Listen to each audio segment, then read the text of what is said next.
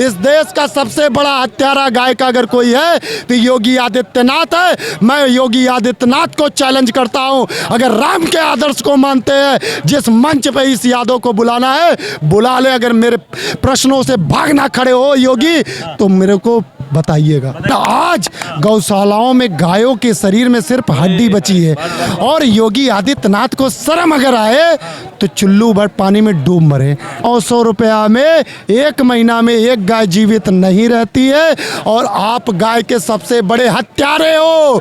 झूठ का पिटारा ज़्यादा दिन तक नहीं चलता है और 2024 में मोदी और बीजेपी साफ होगी और 2028 में योगी उत्तर प्रदेश से साफ होंगे। और जो विपक्ष है, विपक्ष का काम भी होता है इस शांति को बहाल करना और शांति वार्तालाप करने के लिए गृह मंत्री जी वहाँ पे गए, जो सारी चीजें। और आज मणिपुर उस लाइन पे आ चुका, मणिपुर को बार बार उठाकर रोकना। और जो बात कर रहे हैं देखो देश की गद्दार क्या है जिसे देखिए जो बात कर रहे हैं, जो आपका इंफ्रास्ट्रक्चर की बात कर रहे हैं, युवा के रोजगार की बात, और जो रेडी पटरी लग रही है किसने बंद कर दी? भारतीय जनता पार्टी कार्यकर्ता ने बंद कर दी क्या? जो बात कर रहे हैं आप, जो बेरोजगारी की बात कर रहे हैं दोस्त, जो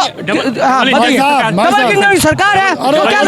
एक मिनट सुनना भी सीखो।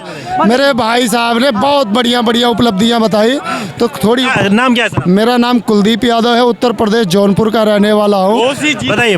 ठीक है। और बीजेपी को एक सीधा मैसेज मैं योगी आदित्यनाथ जी को देना चाहता हूँ और हमारे भाई को भी देना चाहता हूँ कि जो राम के आदर्श पे चलने की बातें करते हैं, आज उत्तर प्रदेश में गौशालाओं की हालत देख के दिल टूटता है। 5.8 ट्रिलियन पैसा उत्तर प्रदेश में खर्च हुआ और लेकिन आज गौशालाओं में गायों के शरीर में सिर्फ हड्डी बची है और योगी आदित्यनाथ को शर्म अगर आए तो चुल्लू भर पानी में डूब मरे। ठीक है, ठीक है। कारण एक हिंदू का प्रथम धर्म होता है देश की रक्षा करना, गौ का रक्षा करना। और योगी आदित्यनाथ वो जुमलेबाज प्रधानमंत्री के एक करिंदे हैं और देश को गुमराह करने का काम कर रहे हैं। उत्तर प्रदेश से तो भ्रष्टाचार काफी हद तक कम हुआ है सर। सुनिए, भ्रष्टाचार कम हुआ। घोसी में देखे मुख्यमंत्री और 2 उप मुख्यमंत्री और कई सांसद और विधायक मिल के दिन रात घोसी करते रहे और साइकिल की रफ्तार, इंडिया की रफ्तार इतनी तेज चली कि ना योगी का पता लगा और ना इंडिया का पता लगा और ना तानाशाही बीजेपी का पता लगा। पर लगा दिया लेकिन वहां से साइकिल जीती। ठीक है, जीत गई, उसके हमको नहीं बात। देखिए जो बात करें आप इंडिया कहेंगे, भारत का विरोध करना, इंडिया जीत गया, ठीक है, उपचुनाव तो जीत गया, हम इनको बधाई देते हैं। और जो बात करें गौशाला की, क्या योगी का कर्तव्य है क्या? जो गौशाला संचालक के पैसे ले रहे हैं उसका कोई कर्तव्य नहीं है? एक हिंदू होने के नाते किसी का दायित्व नहीं है? ये यादव साहब भाई है, यूपी से, उत्तर प्रदेश से आते हैं, किसी पार्टी के हैं, तो ये अपना दायित्व संभालेंगे या एक प्रदेश का मुख्यमंत्री सभी गौशाला उत्तर है मेरा उत्तर मेरा भाई सनातनी है। मेरा भाई सुनना सीख जाओ, बोल मैं आपको बोले दी। मेरा भाई बहुत अच्छा है, सनातनी है, मैं गले मिलाऊंगा।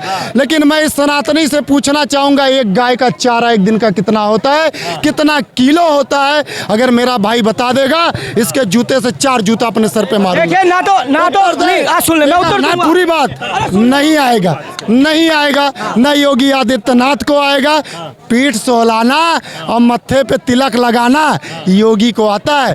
हम यदुवंशी लोग हैं, गाय को चारा खिलाते हैं, 11 किलो सूखा चारा, 5 किलो हरा चारा और 20 लीटर पानी एक गाय को मिलता है। तो पहले बात पूरी होने न देना, ठीक है? और योगी महाराज जी आपसे हाथ जोड़ के निवेदन है, 900 रुपया में एक महीना में एक गाय जीवित नहीं रहती है और आप गाय के सबसे बड़े हत्यारे हो।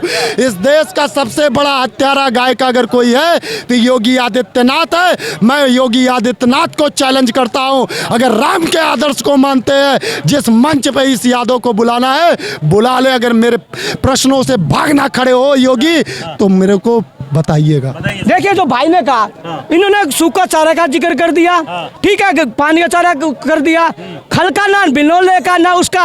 अरे भैया जो बात कर रहा हूँ गाँव का बच्चा हूँ, दिल्ली देहात का बच्चा हूँ, खेत के खिलाने का बच्चा हूँ। जो आप बात करते हैं भैंसे भी रखी है, गाय भी रखी है, और जो बात करते हैं गौशाला की, एक गाय को पाल कर अपने घर में आप उसकी रक्षा नहीं कर पा रहे। जो आप बात करते हैं हिंदू की, जब बात करते हैं योगी को, आप योगी को चैलेंज कीजिए, आपका पर्सनली मैटर होगा, आपका राजनीतिक द्वेष होगा। और 900 रुपए की अनुदान की आप दिल्ली में कितना दे रहे हैं, राजस्थान में कितना दे रहे हैं, छत्तीसगढ़ में कितना दे रहे हैं, आप बताए ना। मैं अपने भाई सनातनी भाई से ये पूछना चाहूंगा, एक किसान का, मैं भी सनातनी भाई बोला, मैं सनातनी भाई बोला, अब देख लो इसमें भी ये डिस्टर्ब हो रहे हैं।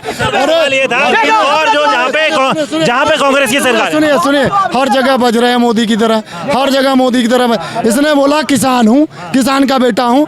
मैं अपने सनातनी भाई से पूछना चाहता हूँ कि गेहूं का फसल कितने दिन में तैयार होता है, आलू का फसल कितने दिन में तैयार होता है, अरे बता दे आलू का फसल कितने दिन में तैयार होता है? सुन ले, अक्टूबर नवंबर में गेहूं की जुताई हो जाती है, ठीक है, अप्रैल मई में कटाई होती है, और थ्रेसर गेहूं निकालता है। और जो बात कर कंबाइन, पंजाब से कंबाइन लाकर उस गेहूं को, यहाँ पे सवाल इनका एक था, चलो खेती को छोड़िए, ये सवाल ये था कि कांग्रेस में को जहाँ सर सवाल मेरा जिन राज्यों में कांग्रेस की सरकार है वहाँ क्या गाय के लिए, भोजन के लिए क्या उपयुक्त धनराशि मिलती है? जितनी उत्तर प्रदेश में मिलती है उससे ज्यादा मिलती है वहाँ पे? देखिए यहाँ पे कांग्रेस की सरकार है, कांग्रेस में यहाँ पे गौओं के लिए क्या अच्छा? आप अगर कभी राजस्थान शायद गए नहीं है पत्रकार महोदय, एक बार जरूर जाके देखिएगा। गाय के प्रति राजस्थान के लोग इतना प्रेम रखते हैं, उनकी गाय अगर चरवा आगे आगे चलता है 1000 गैयां पीछे चलती हैं। ये प्रेम है, और उस प्रेम का कारण क्या है, गैयों को चलना जानते हैं, उनका पेट भरा रहता है। मित्र, हमारे उत्तर प्रदेश में गाय तो अगर 10 दिन गौशाला में चली गई, 11वें दिन तो मर जाती है। और मेरे भाई ने फिर तोड़ने वाली बात बता दी। मैंने गिनती पूछा था, आलू की फसल, सारे किसान हैं हिंदुस्तान के, सब सुन रहे हैं, 60 दिन में आलू का फसल होता आता है और 90 दिन में गेहूं का फसल होता है। और मैंने फसल का दिन पूछा था, मेरे भाई ने तोड़ मड़ोड़ के ठेसर में डाला जाता। फसलों की बात तो दूर की रही, लेकिन अगर हम बात करें भ्रष्टाचार की फसलें तो हाँ, भ्रष्टाचार की बात करें तो आज यूपी के अंदर बता दीजिए कि इतने अभी कहा जाता है कि पहले ज्यादा अनसेफ रहते थे, अखिलेश की सरकार में आए दिन गुंडागर्दी होती थी, कोई भी आगे गोलीबाजी कर जाता, लेकिन अब बुलडोजर की सरकार की वजह से लोगों में डर है, कहीं ना कहीं क्राइम उससे कम हो। कोई डर नहीं है, कोई डर नहीं है। योगी आदित्यनाथ का जो चेहरा था वो जनता जान चुकी है। हिंदू चोला पहन के, सनातनी चोला पहन के वो उत्तर प्रदेश की जनता को गुमराह करने का काम किए। और कहावत है, झूठ का पिटारा ज़्यादा दिन तक नहीं चलता है। और 2024 में मोदी और बीजेपी साफ होगी, और 2028 में योगी उत्तर प्रदेश से साफ होंगे। 2024 में? हाँ, 2028 में योगी उत्तर प्रदेश से मुख्यमंत्री के तौर पे साफ होंगे। फिर कौन आएगा? 2024 में राहुल गांधी इंडिया सरकार बनाएगी। कारण उत्तर प्रदेश में अभी चुनाव हुआ, आपने देखा किस प्रकार से कितनी पावर लगाया बीजेपी ने, लेकिन दाल नहीं गली। कारण क्योंकि इन्होंने जनता के बीच में कोई काम किया ही नहीं। जनता काम मांगती है और जनता के हाथ में चाबी है, और इनकी तानाशाही अब जनता स्वयं नहीं चलने देगी। और 2024 में माननीय राहुल गांधी जी देश के प्रधानमंत्री होंगे।